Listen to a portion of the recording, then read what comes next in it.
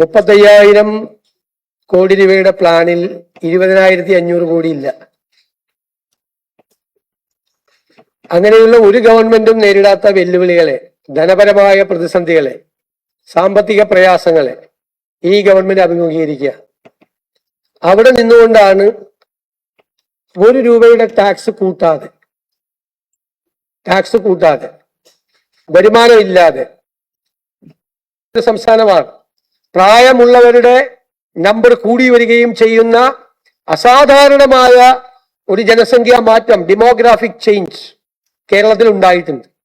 അതിനെക്കുറിച്ച് കൂടി ഇനിയും വിശദമായ പഠനം ആവശ്യമുണ്ട്. പ്രാഥമികമായ പഠനം നടത്തിയിട്ടാണ് അവരെ സംരക്ഷിക്കാനും യുവത്വത്തെ കേരളത്തിൽ നിർത്താനും അവർക്ക് ആവശ്യമായ ഉന്നത വിദ്യാഭ്യാസം, പ്രൊഫഷണലായ അന്താരാഷ്ട്ര നിലവാരമുള്ള വിദ്യാഭ്യാസം കേരളത്തിൽ കൊടുത്ത് അവർക്കിവിടെ തൊഴിലവസരങ്ങൾ ഉണ്ടാക്കി കേരളത്തെ മുന്നോട്ട് നയിക്കാൻ പോകുന്നത്. ആ തൊഴിലവസരങ്ങൾ ഉണ്ടാവുകയും നിക്ഷേപങ്ങൾ ഉണ്ടാവുകയും ചെയ്യുമ്പോൾ കേരളത്തിന് അത്ഭുതകരമായ മാറ്റം ഈ സംസ്ഥാനത്തിന് ഉണ്ടാകുമെന്ന് തന്നെയാണ് ഞങ്ങളുടെ പ്രതീക്ഷ. ഞങ്ങൾ മുന്നോട്ട് വെച്ച മിഷൻ സമുദ്ര, ഞാൻ നേരത്തെ സൂചിപ്പിച്ചിട്ടുണ്ട്, പുതിയുഗ യാത്രയിൽ അത് കേരളത്തെ ഒരു തുറമുഖ നഗരമാക്കി മാറ്റാനുള്ള സ്വപ്ന പദ്ധതിയാണ്. അത് നടപ്പാക്കാൻ കഴിയുമെന്നുള്ള തികഞ്ഞ ആത്മവിശ്വാസമുണ്ട്. ദക്ഷിണേഷ്യയിലെ ഏറ്റവും മികച്ച ഏവിയേഷൻ ഹബ്ബാക്കി ചെറിയ സ്ഥലത്ത് 4 അന്താരാഷ്ട്ര വിമാനത്താവളങ്ങളുള്ള കേരളത്തെ മാറ്റാൻ പറ്റും. അതിനായിട്ടുള്ള പദ്ധതികൾ അവതരിപ്പിച്ചിട്ടുണ്ട്. ചെറുകിട, ഇടത്തരം, സൂക്ഷ്മ വ്യവസായ ഗവേഷണത്തിന് ഏറ്റവും കൂടുതൽ പ്രാധാന്യം കൊടുക്കുന്ന ഒരു സംസ്ഥാനമാക്കി കേരളം മാറണം. പുറത്തു നിന്നുള്ള വിദ്യാർത്ഥികൾ വരണം, ചികിത്സക്കായി ഇവിടെ ആളുകൾ എത്തണം തുടങ്ങിയ വലിയ പരിപാടികളാണ് ചെയ്തിരിക്കുന്നത്. സർക്കാരിന് മേലുള്ള ബാധ്യത കിഫ്ബിയും സോഷ്യൽ സെക്യൂരിറ്റി കമ്പനിയുടെയും ഉൾപ്പെടെ 87,012 കോടി രൂപ നിലനിൽക്കുമ്പോഴാണ് ഇത്തരം വലിയ പദ്ധതികൾക്ക് നമുക്ക് തുടക്കമിടാൻ കഴിയുന്നത് എന്നത് കൊണ്ട് പ്രവർത്തികൾക്ക് മാത്രം പണം ചെലവഴിക്കുന്ന ഏറ്റവും സുതാര്യമായ ഒരു സംവിധാനമാണ് ഈ വൺ കേരള കരുതൽ മിഷൻ എന്ന് പറയുന്ന പദ്ധതി. CSR ഫണ്ടും വ്യക്തികളുടെ ഫണ്ടും എല്ലാം ഉപയോഗിച്ചുകൊണ്ട് ഇന്ത്യയിൽ ആദ്യമായി മാതൃകാപരമായി ആളുകളെ ചേർത്ത് നിർത്താൻ, അവരെ സഹായിക്കാൻ, സർജറികൾ നടത്താൻ, അപൂർവ രോഗമുള്ള കുഞ്ഞുങ്ങളെ സഹായിക്കാൻ ഒക്കെ വേണ്ടിയിട്ടുള്ള വലിയ കാഴ്ചപ്പാടോടുകൂടിയ പദ്ധതിയാണ്. സ്പേസ് ഇക്കോണമി, കേരളത്തിന്റെ സാധ്യതകളെ നമ്മൾ നോക്കിയാൽ ISROയുടെ ആസ്ഥാനമാണ് തിരുവനന്തപുരം. ഇപ്പൊ സ്പേസ് ഇക്കോണമി വലിയ ഒരു സാധ്യതയുള്ള ഏരിയയായി മാറിയിട്ടുണ്ട്. സ്വകാര്യ സാറ്റലൈറ്റുകൾ വരെ വിക്ഷേപണം നടത്തുന്ന ഒരു സ്ഥലത്ത്, ISROയുടെ പ്രധാന കേന്ദ്രമുള്ള ഒരു സ്ഥലത്ത് സ്വകാര്യ നിക്ഷേപങ്ങൾ കൂടി പ്രോത്സാഹിപ്പിച്ചുകൊണ്ടുള്ള ഒരു സ്പേസ് ഇക്കോണമി ഡെവലപ്പ് ചെയ്തു വരും. പട്ടികവർഗക്കാർക്ക് ആശ്വാസമാകുന്ന വയനാട്ടിലെ ട്രൈബൽ യൂണിവേഴ്സിറ്റി അവരുടെ ഇൻഡിജിനസ് നോളജിന്റെ കൂടി, പ്രാചീനമായ അറിവുകളെ കൂടി, ആധുനികമായ അറിവുകളെ കൂടി ഇന്റഗ്രേറ്റ് ചെയ്തുകൊണ്ടുള്ള വലിയൊരു കൺസെപ്റ്റാണ്, വലിയൊരിതാണ് അതിനുവേണ്ടി ചെയ്തിരിക്കുന്നത്.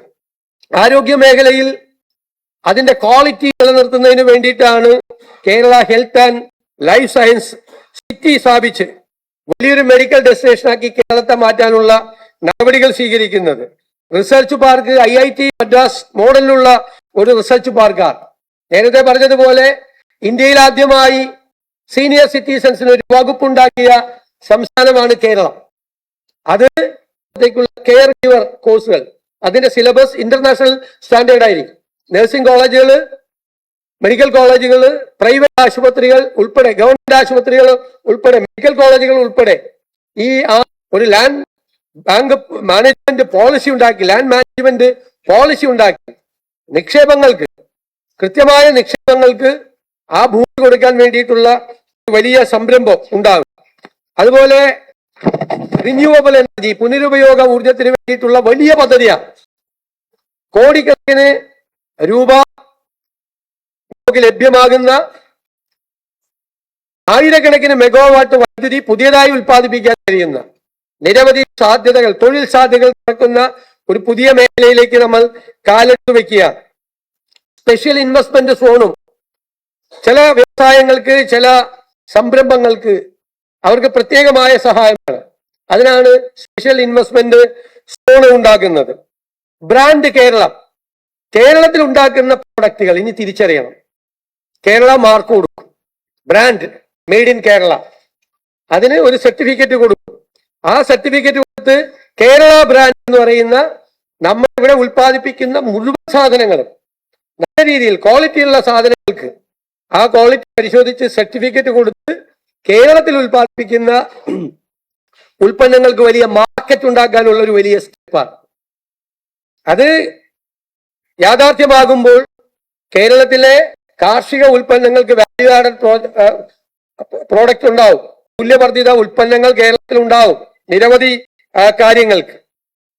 അതുപോലെ ഈ പ്ലാനിൽ ഒരു കുറവ് വരുത്തിയപ്പോൾ അത് പട്ടികജാതിക്കാരെ, പട്ടികവർഗക്കാരെ, മത്സ്യത്തൊഴിലാളികളെ ബാധിക്കാതിരിക്കാനുള്ള പ്രത്യേകമായ നിലപാട് ഗവൺമെന്റ് സ്വീകരിച്ചു.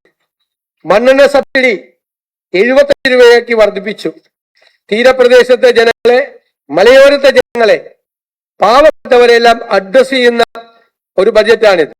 അതുപോലെ നഗരവികസനം, നഗരങ്ങളെ കേന്ദ്രീകരിച്ചുകൊണ്ടാണ് ഇപ്പൊ ഒരു വലിയ മാറ്റം ലോകത്ത് എല്ലായിടത്തും ഉണ്ടാകുന്നത്. അതിനാണ് Kerala urban growth mission. Public transport ഉൾപ്പെടെയുള്ള കാര്യങ്ങൾ ചെയ്യാം. ടൂറിസം രംഗത്ത് ടൂറിസത്തിന് ഒരു ഇൻഡസ്ട്രി ആകാൻ ഒരുപാട് ആനുകൂല്യങ്ങൾ ടൂറിസം രംഗത്ത് പ്രവർത്തിക്കുന്നവർക്ക്, ഇൻവെസ്റ്റ് ചെയ്യുന്നവർക്ക് ഉണ്ടാവും.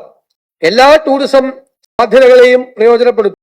പോർട്ട് സിറ്റിയിൽ നിന്ന് തന്നെ ഇന്ന് നമ്മുടെ ടൂറിസം രംഗത്തുള്ളതിന്റെ ഇരട്ടിയധികം സാധ്യതകൾ പോർട്ട് സിറ്റിയിൽ നിന്നുണ്ടാവും, ഏവിയേഷൻ ഹബിൽ നിന്നുണ്ടാവും.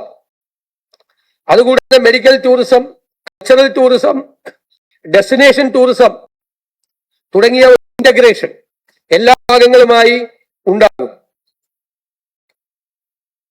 സിനിമയുമായി ബന്ധപ്പെട്ട് സിനിമയെ ഒരു വ്യവസായമായി പ്രഖ്യാപിക്കാനുള്ള തീരുമാനമെടുത്തിട്ടുണ്ട്. അത് പ്രഖ്യാപിക്കും.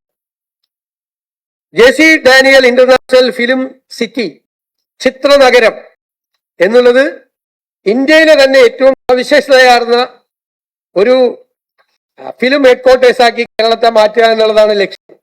കേരളത്തിൽ കൂടുതൽ ഷൂട്ടിങ്ങുകൾ നടക്കണം. അതിന്റെ ഷൂട്ടിങ്ങിന് മുമ്പും ഷൂട്ടിങ്ങിന് ശേഷവുമുള്ള അതിന്റെ പ്രവർത്തനങ്ങൾ, എഡിറ്റിംഗ് ഉൾപ്പെടെ, ക്യാമറ ഉൾപ്പെടെ ഉള്ള മുഴുവൻ കാര്യങ്ങൾ, ഡബിംഗ് ഉൾപ്പെടെയുള്ള കാര്യങ്ങൾ നടത്താൻ വേണ്ടിയിട്ടുള്ള അത്യാധുനികമായ സംവിധാനങ്ങൾ ഉള്ള ഒരു വലിയ മോഡേൺ ഫിലിം സിറ്റി ആയിരിക്കും ചിത്ര നഗരം. അതുപോലെ MT വാസുദേവൻ നായരുടെ സ്മരണയ്ക്കായുള്ള ഒരു കൾച്ചറൽ പാർക്ക്, ആ കൾച്ചറൽ പാർക്ക് വലിയ ഉദ്ദേശത്തോടു കൂടിയാണ് ചെയ്യുന്നത്. അത് കൾച്ചറൽ ടൂറിസത്തിന്റെ ഭാഗമായിട്ട് ഒരു ഡെസ്റ്റിനേഷൻ പോയിന്റ് ആവും.